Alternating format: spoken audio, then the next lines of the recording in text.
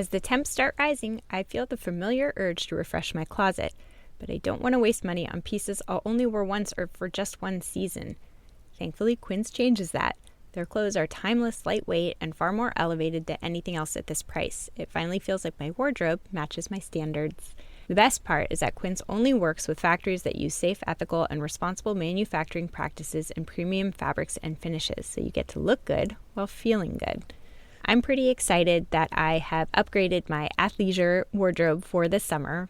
I bought a sweatshirt and a pair of wide-leg flow pants that are two of the softest items I own, and I plan to live in them. So join me in giving your summer closet an upgrade with Quince. Go to quince.com/POTC for free shipping on your order and 365-day returns. That's QUINCE.com/POTC to get free shipping and 365-day returns. Quince.com/POTC. These big values that we have, there's lots of ways to think about how to fulfill them. And if you can be a bit creative and flexible, it's easier to fit things together. That was Valerie Tiberius on Psychologists Off the Clock.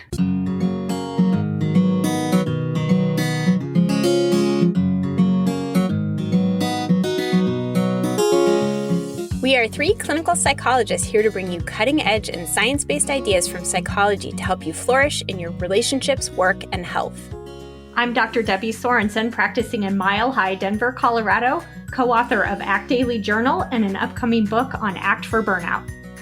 I'm Dr. Yael Schoenbrunn, a Boston-based clinical psychologist, assistant professor at Brown University, and author of the book Work, Parent, Thrive.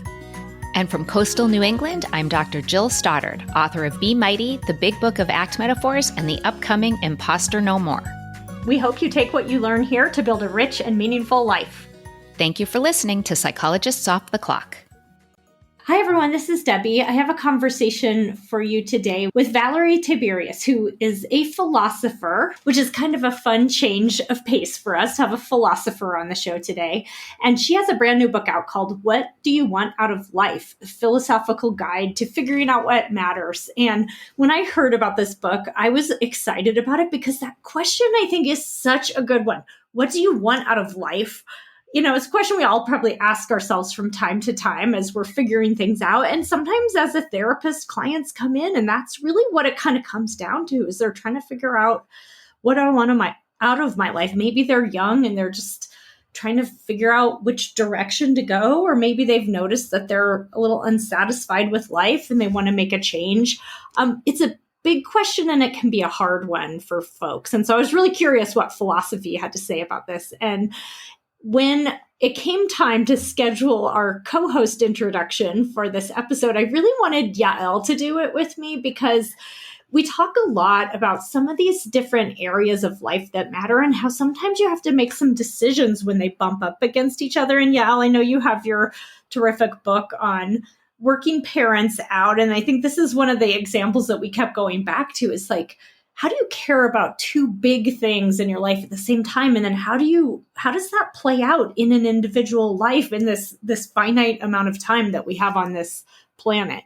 Yeah, well, I love that you brought a philosopher on Psychologists Off the Clock, Debbie, because I think philosophy and psychology are really intertwined. And I loved getting her insights and how much they sort of exist in beautiful harmony with a lot of the things that we talk about on this podcast. And I also really appreciate that it made you think, that your conversation with Valerie made you think of my book. And as I was listening to the conversation, I was also thinking about sort of like how we make these hard decisions. And one thing that I thought was really fun that she talked about is that sometimes it can help to just shift priorities of what's important to you based on context. That, like, and I talk about this actually in my book, that sometimes we can't get what we want. And the difference between what we want and what we have does contribute to how happy we are, the quality of life that we experience. And the greater the discrepancy, the less happy we feel.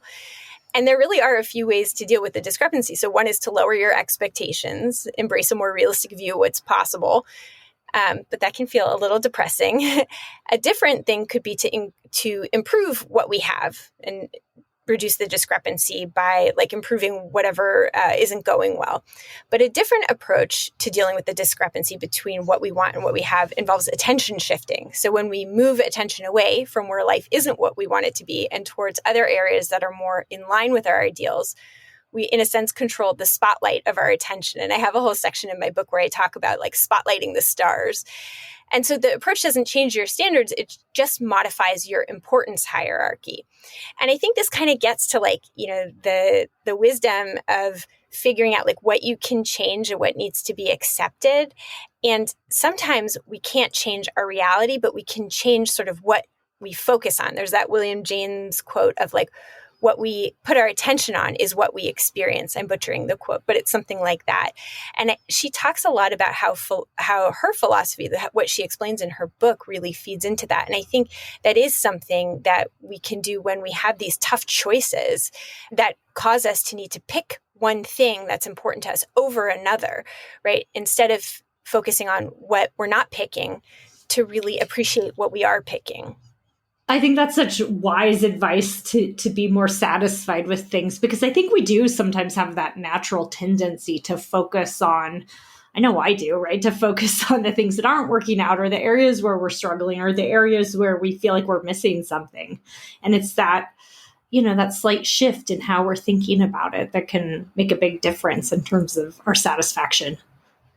Yeah, and it's not that we can't, like maybe it's a both and, because sometimes focusing on what we don't have can be really informative, but really being deliberate about how much attention you give to that, like figuring out how much does this help me recenter on something that I want to pursue versus how much is it distracting me from what I have, and maybe even just pausing and asking that question. And if you find that this is the choice and this is, not a choice that's without costs, but it's one that you're committing yourself to, then you can make it a more comfortable choice by focusing on what you're getting out of making that decision of choosing one good over another. Yeah, that's a really good point. And, one of the things that was kind of fun for me doing this interview with Valerie is that I got to give her a few examples from my life. She talks about a few from her own life too, which was fun. And then I got to ask her about a few of mine. So it was kind of cool to get to pick the brain of a philosopher.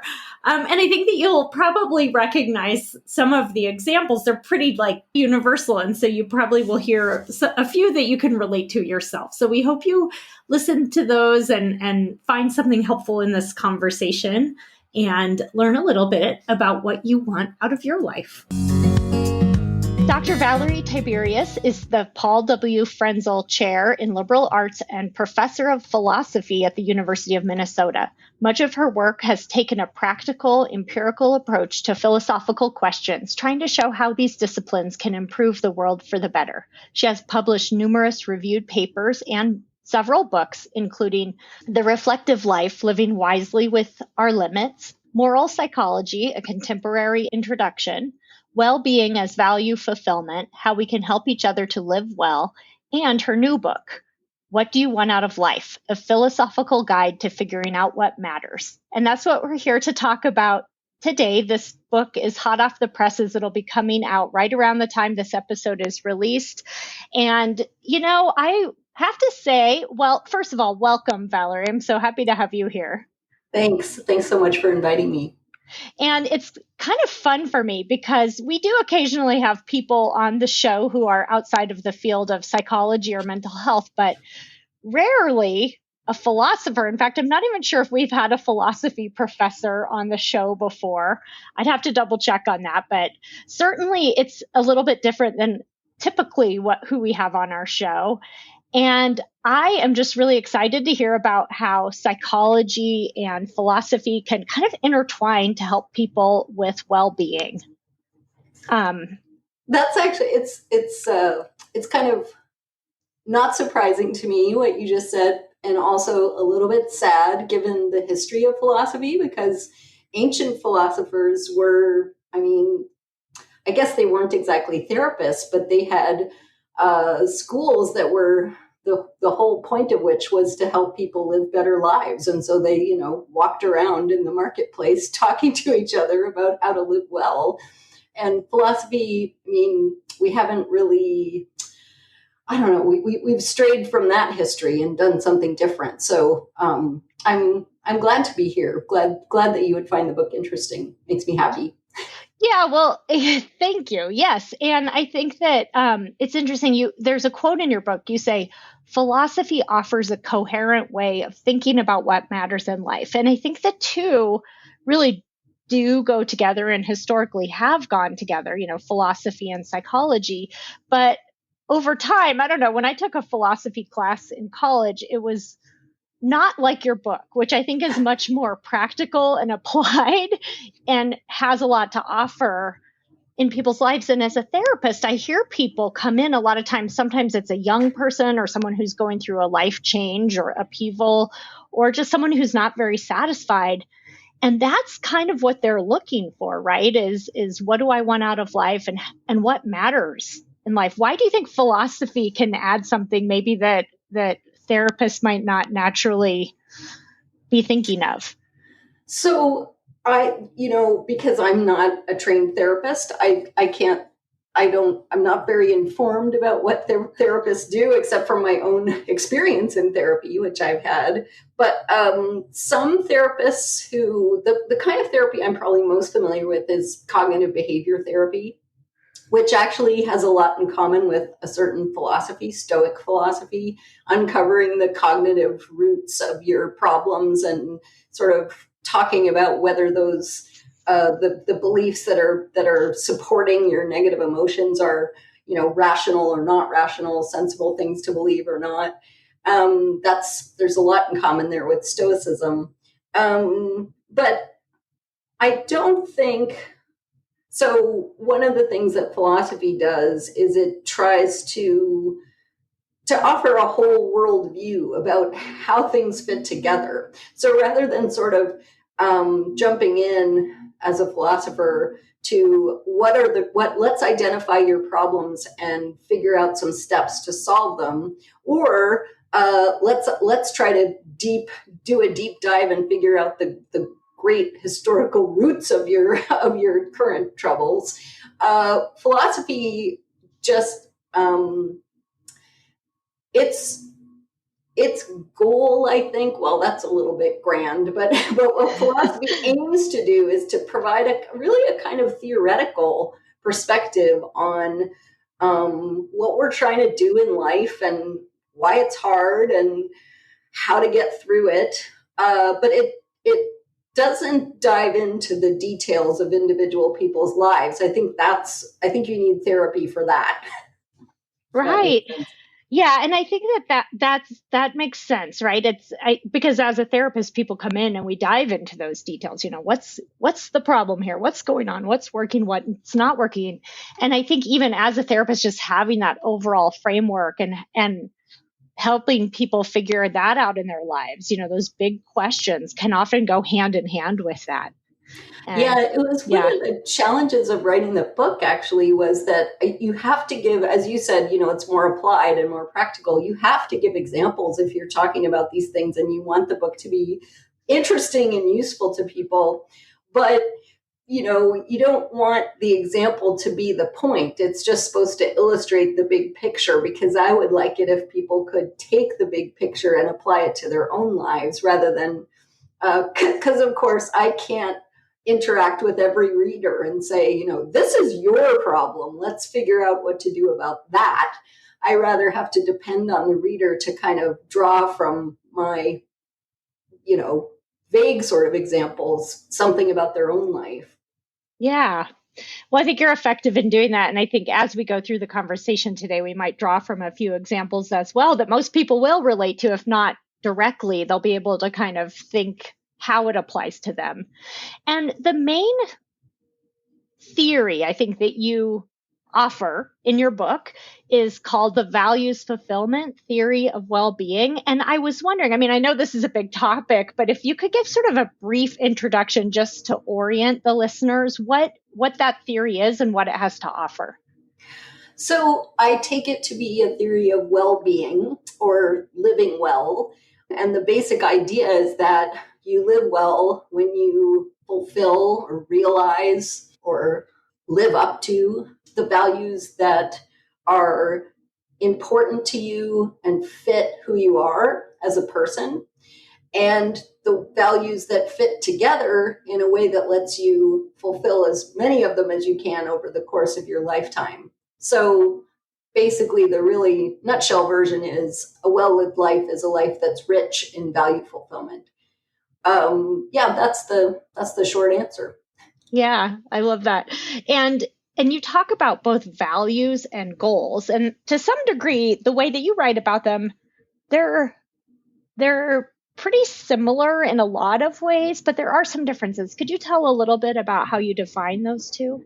So this is one of the annoying things about philosophers that maybe this is true of therapists too, I don't know, but we're really into defining our terms and being very specific about that. And sometimes we define them in ways that don't exactly fit ordinary usage. So my definitions might not be quite what is typical for these words, but I take goals to be this very broad category. Like, you could just think of them as everything we want is a goal. Anything we aim at is a goal.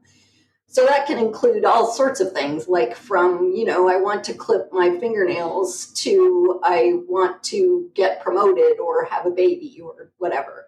Values are a subset of goals. They're a specific kind of special goal that is important to us, that is more intrinsic rather than as a means to an end. So it's something that we care about for its own sake. And it's psychologically integrated. So values tend to be, like, the better values for you will tend to be values that fit your whole personality. Can we unpack a little bit the difference between those means to an end type goals or something that we care about more intrinsically? Right. So I do think there's kind of a continuum, but a good example of something that's, almost always purely instrumental is money. So it's nice to have money. Money is helpful for lots of things. But money, the value of money is always what it can do for you. It's not valuable for its own sake. If you just sit there with a lot of money doing nothing with it, and it doesn't bring you any happiness or a feeling of security, or it doesn't, if it's doing nothing, it's useless. Whereas something like relationships with other people, we tend to value more for their own sake. We tend to think being in a relationship with somebody else, that's just good. It doesn't have to bring me success or health, or it's just the relationship that's good. So that's one example that helps see the difference between instrumental and intrinsic. Yeah, I like that because I think, so I do a lot of values work with my clients, and I mentioned to you earlier that I use mostly an approach called acceptance and commitment therapy, which values directed living and setting goals in line with your values is a big part of ACT. In fact, I think it's sort of the ultimate. What we're really hoping for our clients is that they'll have a fulfilling and meaningful life. And I do sometimes have clients who originally come in with a goal like that, something along those lines, where I kind of feel like there's something deeper here. You surely making money isn't actually what you care about. What is it? And I think sometimes there's a lot to explore in that. Like, is it security? Is it freedom to be able to do things? Is it, something about financial stress and lifting that stress? But there's always more to the story when people have something like that. Yeah. So in effect, you actually are making that distinction. Maybe you don't use those words, but it sounds like it is a distinction that you work with. I think so. Yeah. And I think actually reading your book helped me frame that a little bit more clearly in my own mind. Like, what is it about those types of goals that people have that don't quite resonate as a true value? Nice. Yeah. Yeah. Yeah. I think things like, being popular is like that, or fame, reputation, those kinds of goals where if you think about if those are things you find yourself going for and you really pause to think about it, it's probably something at the root is that you want to be loved or approved of by other people, but it isn't fame per se. It's not It's not like I want more Facebook likes. That's my goal in Right. life. There's something more intrinsic that's behind that. Absolutely. Yeah. So there's a debate, I think. Well, there's a debate that you write about within philosophy about whether some values are better than other values, or are values sort of neutral, like they're all the same, whatever your value is, it doesn't matter. What are your thoughts about that? What stance do you take about that? So I think there's a lot of ways to answer that question. And I guess philosophically, I think values are always ultimately rooted in people, or at least sentient creatures who value things. So I'm, unlike some philosophers like Plato, that there are values out there objectively in the world. That's not my view. So when you talk about better values or worse values, I don't think there are these kinds of 10 commandments about values that are out there written in stone that we can use to adjudicate whether our values are good or bad. So for me, I do think some values are better than others, but it's always going to have to do with the psychology of the person. So some values are better than others because they fit us better. If you're a person who loves to dance, but you just have never made time for it, your parents told you it was kind of a trivial, stupid thing to do, you might be better off valuing some dance in your life and trying to bring it in as one of your goals, because it really fits your emotional tendencies, your just your basic tendency to feel joy from dancing, which not everyone has. So that kind of psychological fit, or what I call integration, is one way that some values can be better for us than others. And the other way has to do with conflict between values and other values, or values in the world. So values that don't conflict with everything else you're trying to do are better for you than values that are constantly causing you strife because, they're making you sacrifice things in other areas, or the world is just, telling you constantly you're never going to be able to do this. So that's my view about it. How do therapists think about whether they're better values and worse values? Because you're supposed to be kind of neutral, aren't you? Well, yeah. I mean, I think that's exactly it, is that what I often hear within psychology is a bit more of a neutral stance toward it, right? If you value something, let's dig into that. And if there's barriers, we'll explore them and set realistic goals within that value. But I can tell you that it is true that people end up getting really frustrated if they're setting unrealistic goals, or they just get, discouraged, or that kind of thing.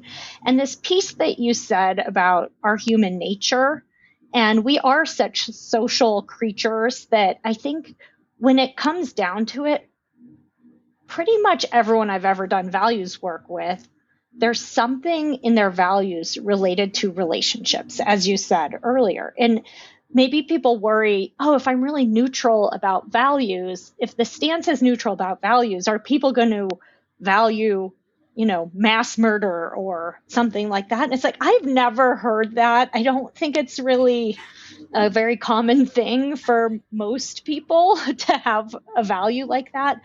But I do think that, I really appreciate what you're saying here, because it's almost like for a majority of us, it constrains it a little bit, and you write about barriers and how we can sometimes address things like barriers and conflicts that are real. But at the same time, when you have your life and you want to, figure out a way to have a meaningful life, you do want to find things that you can be successful at. If I'm 48 years old, if I decide I really want to become an astronaut or an NFL football player or something like that, it's like, I may not really be too happy if I'm going to really fixate on that. Yeah, if I were your therapist, I'd definitely try to talk you out of the football player thing. Yeah. Absolutely. probably not ever going to be my strength in life, right? Right. Yeah, I think the point about human nature, I'm glad you mentioned that too, because I think that especially with these relationship goals, these, affiliative goals, sometimes I think people don't even acknowledge or recognize how important they are. And so you can be in your life willing to sacrifice relationship for other things like a more high paying job, a job that moves you away from your family, for instance, that is exciting and pays better, but it really throws a wrench in the works of all your good relationships. And we can tend to think, well, that's, it's worth it because this is such a great job, and relationships, well, I'll find new friends or whatever. But those kinds of social goals, the relationship goals, I think for most people, they're so deep in there and so tied in with everything else that when you sacrifice them, you pay for it, even if you don't think that they're your priority, but it will have negative consequences when you let your friendships and your family relationships slide. Do you find that? I mean, the research on this is crystal clear that having social support is really important for our well-being. And I definitely find that. I mean, I just thinking of people I know personally and in my clinical work, when people are too isolated or they aren't prioritizing relationships, often, they'll end up depressed, isolated, lonely. So right. Yeah, totally. That's been the whole saga of the pandemic, is the isolation and the increased depression and anxiety. And Yeah. Well, let's actually kind of jump off that, though, to talk a little bit about conflict between competing goals, because that's something that you highlight quite a bit in your book. And that example, I think, of balancing, for instance, a work life or a career with a personal life, work-life balance, is definitely a major conflict that many people are trying to navigate, myself included, and probably a majority of the people who are listening are going to resonate with that. Could you just talk from that values fulfillment lens? Could you talk a little bit about conflict between competing goals? What's going on there? So for sure, we can start with kind of an easy example that's not very challenging, and that's from my own life. So I recently, speaking of dancing, it was actually maybe from writing this book, I kind of decided I really want to take tap dancing classes. And so my husband, for my birthday, he did all this research and found a place where I can go, and they have a class that's for beginners. And that class conflicts with this seminar that's good for my job that I should go to, because it's like talks given on Zoom by fancy people who I should know what they talk about. They're not recorded, so I have to actually go at the time. So that's like a really tiny little conflict that pits life against work. But that kind of conflict, blows up into much bigger things. And I think the one that I referenced just a few minutes ago when we were talking about relationships,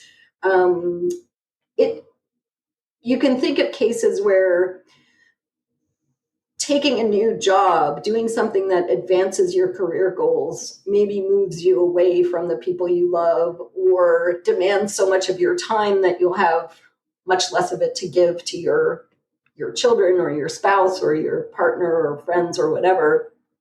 That's a kind of work-life balance crisis that's pretty general. Climbing the corporate ladder or the ladder in a law firm, or many different kinds of jobs, as they get more demanding, and it decreases the time that you have, just basic time to spend with people. So that's, I think, a kind of work-life balance crisis. And then, of course, there are as many work-life balance crises as there are jobs and lives, really. Yeah. Well, and I think in acceptance and commitment therapy, one of the things we talk about is that they can both be important to you. Dancing and your job are both presumably very important to you. But then you have to make those decisions about the details of how it plays out. Do you take the big job going for partner in the law firm, or do you take a lower, a more low key job? Do you take the dance class or not? Can I ask what you decided to do in your specific case, or are you still trying to decide? So for me, this dancing is it's part of the exploration. I've never tap danced before, so it's not something I already have a commitment to. And I prioritized the seminar so far, but it's one of those, I think often when we make these kinds of decisions, it's helpful to recognize that whatever you decide to do now, it could be a short-term decision. So you could think, I'm gonna do this thing because I care about my job, but I'm not gonna live that way forever. Right. I'm gonna, stop and reevaluate in a year and see how is my mental health at this point, and do I need to make some changes because I was happier when I was living near my family or whatever. So I did decide to go to the seminar and forego the tap class, but that's a temporary decision. And it's not going to be the final word on tap dancing. Right. And even if you zoom out and think, what is it about tap dancing? Maybe there's a a salsa class on Saturdays that you could take instead, or something like that would fulfill that same thing. So it's not like that means you're never going to take a dance class. That just means this particular class right now, you made the other decision. That's exactly right. And so it's really, in making these decisions, it's really, it's one of the things I try to emphasize in the book, that these big values that we have, there's lots of ways to think about how to fulfill them. And if you can be a bit creative and flexible, it's easier to fit things together. Absolutely. Well, let's talk a little bit about some of the ways that we might respond to conflicts effectively. You have a whole chapter about this in your book, and people can read the whole book to really get the whole sense of everything that you have to offer there, because there's a lot of different ways that you think about that, which I appreciate. It's not like a simple, oh, here's your quick fix to work-life balance or anything like that. But I would like to talk about a couple. One would be reinterpreting a value. I thought that was a really interesting way to think about it. I think, again, that maybe the book gives you language for something you do already, because when you were talking, your first suggestion about, probably coming from your background as a therapist, your first suggestion was, well, what about salsa? Isn't that maybe there's salsa on Saturday if you can't do tap on Wednesday? And that is what I think reinterpretation is. And it involves thinking about and being more specific about what really matters to you about that value, and asking yourself, is there some other way of getting that thing that I haven't thought about yet? So in the dancing case, you're exactly right. I mean, it isn't the sound of the tapping that's drawing me to dance. It's the movement and the music. And of course, it doesn't have to be tap dancing for that, to find that. What's another sort of example? I have one from your book, which was about the definition of a good mom. Oh, right. Yeah. So I don't have children, but everyone I know, all my best friends and both my sisters have children. So I talk a lot about parenting with my various friends. I think they might like to talk to me about it because I'm not a parent, and because they don't, I think they're worried that other parents who do things differently will judge them. Whereas I don't judge anybody, because it looks really, really hard to have children, and I wouldn't want to judge anybody for something I'm not doing myself.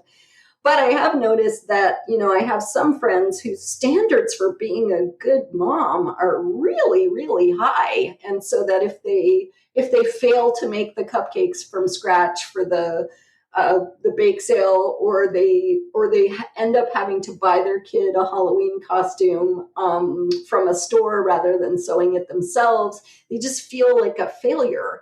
And then I have other friends who are sort of like, oh, my kid's healthy. Woohoo! Good for me, you know? So I think, I mean, it's interesting to me that you picked up on that example because you are a mom. So maybe it was helpful or it Yeah, rang true. it hit close to home for sure, because I do think sometimes, we have that conflict and that guilt when, I'm a working parent. And so there are times when I think, oh, I missed this field trip, and I might feel like that conflict. I missed the field trip because I had to go to work that day. I had clients scheduled, or I had a meeting I couldn't miss. And just kind of that reminder that there's not only one way. And I think that's an example, but I think it's true in a lot of domains, that we can get a little bit more flexible in our thinking. Maybe I talk to my kid after school about the field trip, and maybe we, do something else together that weekend or something like that. Yeah. So it just creates a little bit more flexibility, I think. And one of the things I think is really helpful in having that kind of flexibility and in thinking about like new interpretations for your values, like what's a different way I could think about this that would be more livable. One thing I think is really helpful is like looking at other examples. So that can be talking to friends and finding out how other people do it. But it could also be thinking about how people have done things in other cultures and throughout history. Like sometimes when I look at my friends now stress so much about what school their kid is going to go to and whether they can afford a private school or get their kid into the special school. Maybe that is as important as, maybe that really is much, much, much, much more important than it was when I was going to school. But when I was going to school and all my friends were going to school, we went to the school. It was like, That's the school you go to. There was no choice. There was no strife about it. And we all turned out fine. So I don't know. I'm not suggesting that, you shouldn't care about what school your kid goes to. That's not what I mean. But it can be helpful to think that at other times in other places, people stressed less about the things that we're stressing about now, and they did okay, So I think sometimes those comparisons can help. Yeah, it puts things into perspective a little bit, a reminder. Maybe this one decision isn't make it or break it in terms of having a good life. Yeah. And maybe also it might help to recognize there's certain things about our culture right now that stress people out, that aren't necessary. We don't have to live that way. Yeah. Yeah. Well, another way to respond to conflict that you offer is giving up a goal. And I actually thought that was a really interesting exploration because it may not always come to mind. I think sometimes we latch on really, really tight to a goal. So what are your thoughts about that strategy, and when might it make sense to do so? Yeah. So I do think of that strategy if you're talking about easy little goals, like, I want to learn how to make Italian meringue because I saw it on the Great British Baking Show, and I realize, well, my husband hates dessert and I'm diabetic, and maybe that's not the best thing. I can just say, okay, I'm not going to do that. I'm not going to do any baking at all. That's kind of easy, but that's a very small goal, and it's probably more instrumental. When it comes to giving up the big things that are important to us, I think that really, it has to be a kind of last ditch effort. I don't think it's not easy to do. If that thing really is very important to you, it's going to cause a lot of disruptions to say, okay, I'm no longer striving for that. But I do think it can make sense. One of the examples I talk about in my book is of gay people, LGBTQ people whose families, communities, or churches are not accepting of who they are. So in those kinds of cases, you would have a person who presumably values themselves and their romantic partnerships or their identity, who they are, but they also value these relationships with their community or their family or their church. Sometimes people in that situation resolve the conflict by giving up the church or the family, and they move away and adopt a new family. It's often called the chosen family. So that's the kind, that's a case that I find very tragic. But that's the type of case where the stakes are really high, where it could make sense to give up one of those really important goals altogether. That's a really good example. And I was thinking also of some other examples, like when you turn down a job or you leave a particular profession because it's not working out so well, or when you just make a big change like that. And I think one of the things that's really worth noting is that it's inevitably going to be accompanied by some feelings of loss and grief. And it's not an easy decision to make, but I definitely think there are times when we've been maybe pursuing the wrong value, or something about it is just not fulfilling us in the way we had thought. Absolutely. Or it starts to conflict too much with everything else. I wonder if you find this with your patients, that because I was driven to this idea sort of by thinking it through philosophically, but I think it helps, well, and from my own experience and talking to people as well, this is confirmed, but I find it helps to hang on to the values that you're not giving up. So, to sort of remind yourself, this is why I'm doing this. And to, of course, you're right. You have to let yourself experience the loss, and there will be grief attached to giving up something important. But at the same time, I also think you have to try to, pump up the bit that the reason for the sacrifice, whether it's relationships with other people or your own peace of mind and serenity, lack of stress, whatever. Yeah, no, I think that's true. And I would argue that it probably won't completely eliminate the pain, as you're saying, but that it can be a reminder of why. Why am I making this terribly hard decision? For instance, if someone was going to divorce their spouse or end a romantic partnership, that's just, if you care about that person, if you care about that relationship, it's going to be hard. But if you're doing that, there's probably a reason. Like maybe this person isn't treating me very well and I need to do that. And I think it's like you're making a values directed choice, even though sometimes it's really hard to do that. And it's not going to make it like, oh, I don't care at all anymore. But I think it's going to just sort of ground you in the why behind it. Exactly. Yeah. Yeah. And maybe remind you that there's other ways to have a meaningful life, that one relationship isn't the only way to have that meaningful life, or that one career path. Yeah. Right. Yeah. I totally agree with that. Okay. So for those clients who come into my office, and this actually was why when I saw the title of your book, that it's coming out soon, I was like, I need to see if she'll come on the podcast, is because clients sometimes come in, or people who are listening might experience this. I certainly have at points in my life, this feeling of, what do I want out of life? And I'm going to quote your book. You say, none of us has a detailed set of well-defined values sitting around in our brains waiting to be discovered. Rather, we muddle through life with a general sense of the things we care most about and a vague idea of what it means to succeed. And so I'm just wondering, sometimes people are exploring that question and they want to come up with a less vague answer to that, right? They want a better sense of, what are my values? What's important to me? What do I want out of life?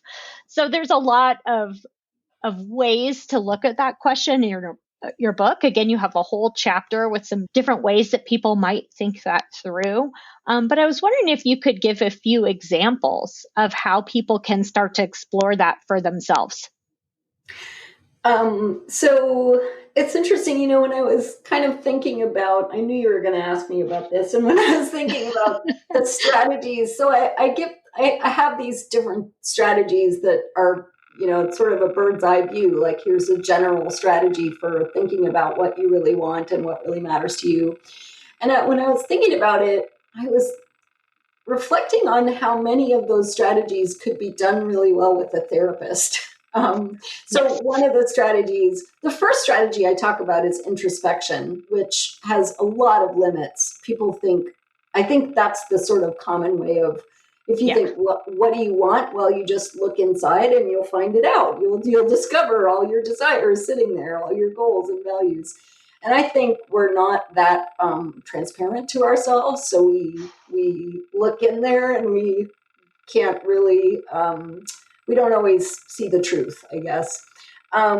So another strategy that I talk about, I call the lab rat strategy, which is the strategy of trying to picture yourself from the outside, trying to think of yourself as if you were your friend and you're looking at your life from a bird's eye point of view, or an experimenter's point of view, a scientist's point of view, and sort of witnessing your behavior and how am I responding to things.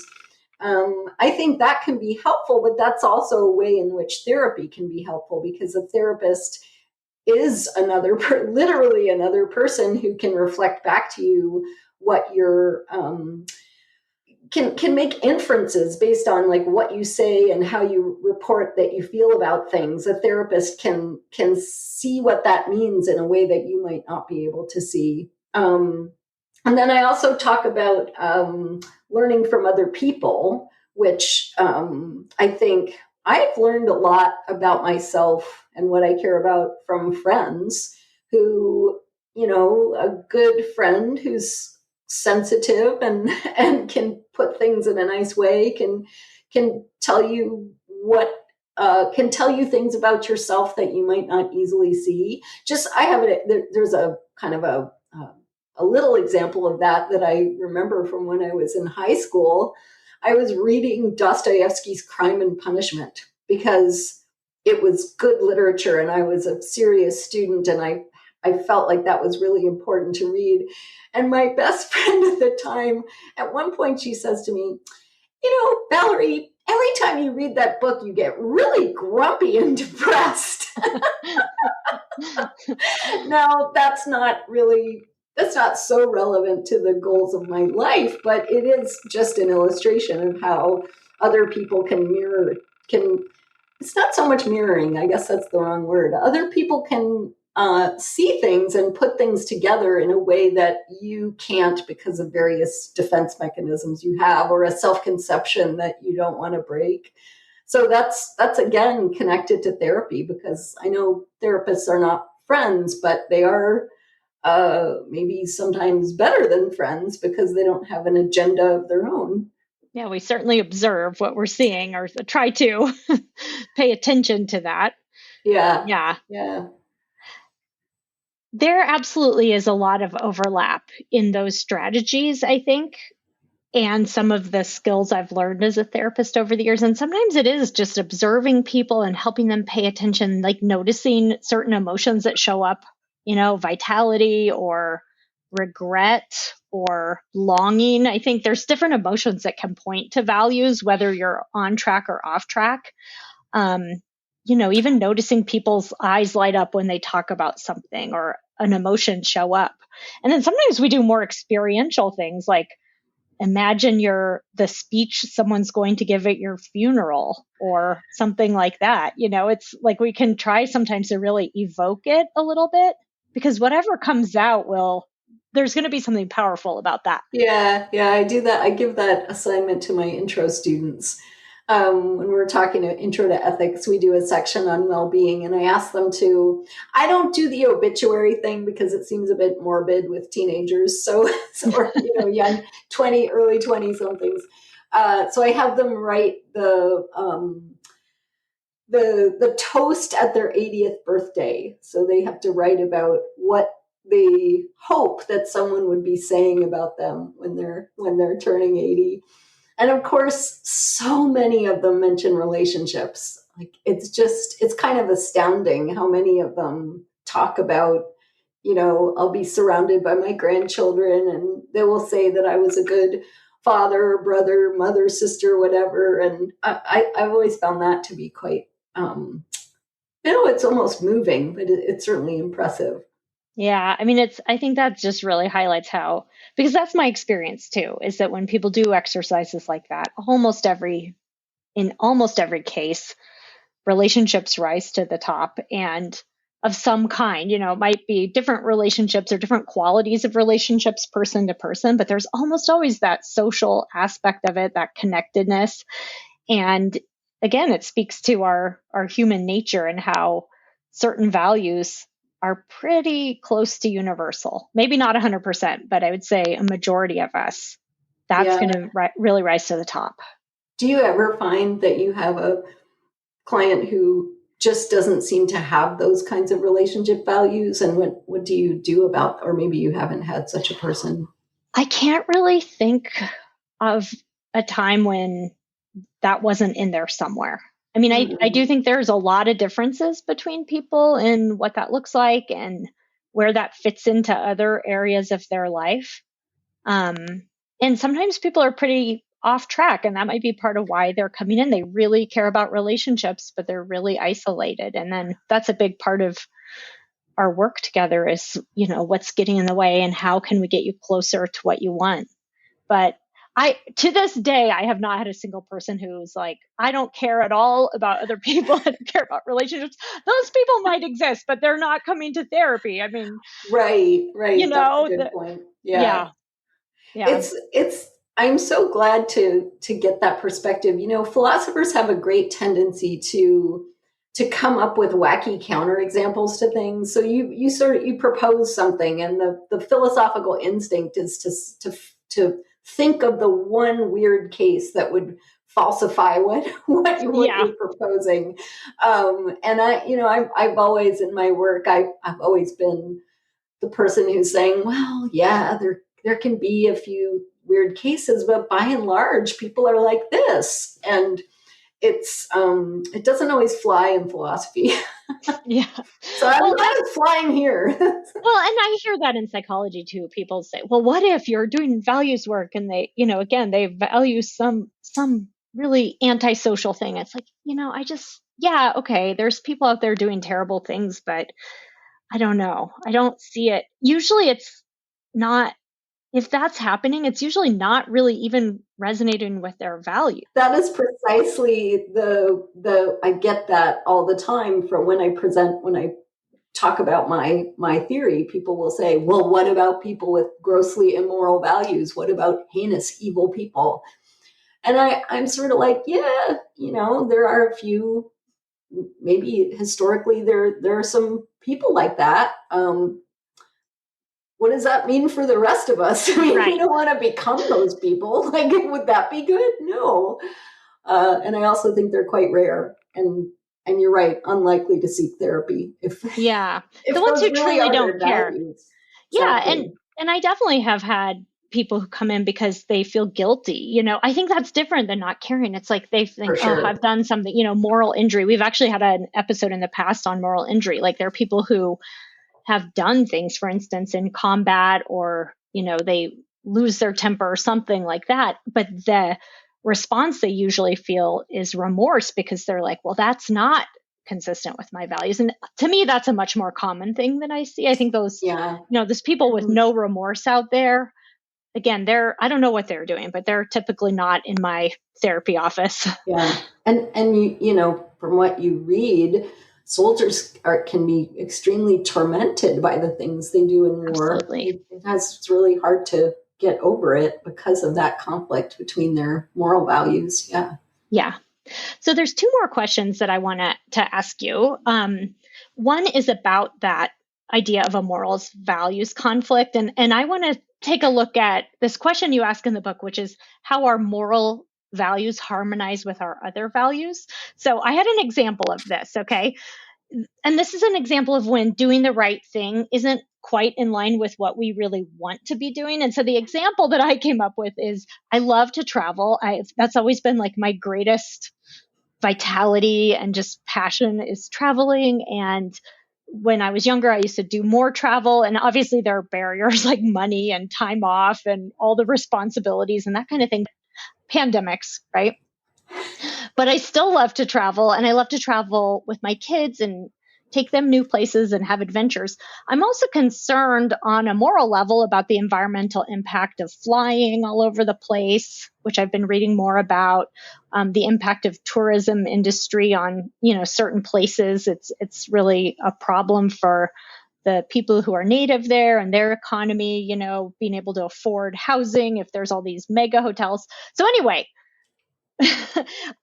I'm conflicted because I sort of feel like I don't travel that much. There are people who travel 10 times more than me. Why shouldn't I be able to once in a while? But then I also feel like, I don't know. I just feel like there's that kind of showing up for me. So what are your thoughts about that? Yeah. Boy, that's a really hard question. Are we out of time? We're getting close. Yeah, it's not too long of a question. Yeah, I'm you're just going to have to kidding. nutshell it for me. It's a really interesting question and such a great example. So, first thing, from the point of view of philosophy, there are two questions here. One question is, what morally ought I to do? And the other question is, what's good for me? The moral question, my book isn't about what's morally required of you. I have some thoughts about moral requirements. I teach ethics, and I'm somewhat inclined to think that, morally speaking, what we are obligated to do is our fair share. But things are pretty bad right now, and our fair share might be quite a lot. So, morally speaking, I'm going to kind of defer on that question and say I'm not confident about what we ought morally to do, especially about climate change right now. It's a very, very complicated question, and there's complicated science and complicated questions about cause and effect and what your little contributions add up to, and then complicated moral questions about how big our moral obligations really are in the first place. When it comes to value fulfillment and living your own life well, I do think that doing your fair share, morally speaking, is the right strategy. And I think some of the reinterpretation could help you with this conflict about traveling. So there's ways to think about traveling that reduce the kind of burdens that you're talking about. You can buy carbon offsets if you buy a flight. You can not stay in large, expensive hotels, but stay at more local places that are more sensitive to resource use. So, for instance, I actually just went to Italy, a month sabbatical, and we stayed in a place that was on an island where they were really suffering drought. And we stayed in a little, very local B&B run by a local couple. And the proprietor, who was absolutely a delightful person and a physics professor, oddly enough, he asked us to shower in a bucket. So you stand in the shower in this big yellow plastic bucket, quite large, and the water all goes in the bucket, and then you use the water to flush the toilet. Now, that's really weird if you're American, but I loved it because it was a way of being a tourist without being distanced from the actual environmental pressures on the environment of the place you're visiting. So anyway, now I'm going on too long, but there are ways of thinking about traveling that are less morally compromised. And there are ways of thinking about your moral obligations that, you have to negotiate some kind of compromise. And you can think, well, how can I meet these moral obligations and still do some of the things I want to do? If you travel with your kids, talking with your kids about what the moral consequences of travel are, that seems like a good thing to do. So I don't know how helpful that is. No, that is helpful. I think I appreciate it. I know I asked you a really hard question in a nutshell, but I do think that maybe just it's more complicated than that. It's not all or nothing. And there are ways to maybe find, like you said, do your share, but also find kind of, I guess, a middle ground there. Yeah. So depending maybe on the issue, it seems like it's more complicated. It's not, there's not like one absolute right or wrong to some of this kind of thing. I think that's right. And of course, there are some absolute wrongs, and there are some things that are definitely all or nothing, like don't kill people. Right. Yes, absolutely. Yes. Okay. We can't offset that with it. Right. There's no carbon offset for that. Exactly. Yeah. No murder offset. Right. Okay. And along those lines, kind of, sort of, this final question, which I know is another big one, but I just want to address, those real world barriers when we're talking about finding realistic values. And I mean, again, I know this is big, but we live in a world where there are things like racism, sexism, economic disparity, access, disability access issues and that kind of thing. And so sometimes, I don't know, I guess I just, when you're thinking about realistic values, I think sometimes people are up against barriers that are those kinds of social things. I just wondered if you could maybe end by saying a few words about that. Yeah, that's one of the things that it was important to me to talk about in the book, because so much philosophy is written in this really sort of abstract voice where there isn't a lot of attention to that. And also, frankly, so much philosophy is written by white men who haven't had the same kinds of experiences. So I guess I would say first that the fact that there's so much injustice in the world just makes it really hard for some people to live good lives, and that's bad. And that those of us who have the resources to do something about that, that's part of one of the projects where we should do our fair share, is in trying to make the world an easier place for everybody to thrive in. So that's the first answer. The second thing to say is that for people who, like myself, and this comes up in the book, I've certainly experienced a lot of sexism in philosophy, but I'm also very fortunate. I've been fortunate in my career, and I haven't, I'm white, so I have not had to deal with the effects of racism in this country. But because I have an interest in justice and ending oppression, where I have some personal experience with the sexism side of it, I think I'm able to make that one of my values in a way that, has good consequences in my life. So sometimes actually learning something firsthand about the injustice or sexism or whatever it is, ableism, ageism, it actually gives you a motivation and some insight into figuring out how to make things better. So I think sometimes I'm not saying that, oppression is good for people because then they're more motivated to fix it. That's not that point. But from your own point of view, if you have had those experiences, building the ending of injustice into your own values can actually make a difference to how well your own life goes. You can get fulfillment that way. And there's a lot of caveats there, for a lot of people, that's just not possible to do. So it depends on the individual. But I think for some people, it is possible. Yeah, I just heard someone the other day that said something I like, which was that they were privileged, and so therefore were trying to do what they could toward alleviating some injustices.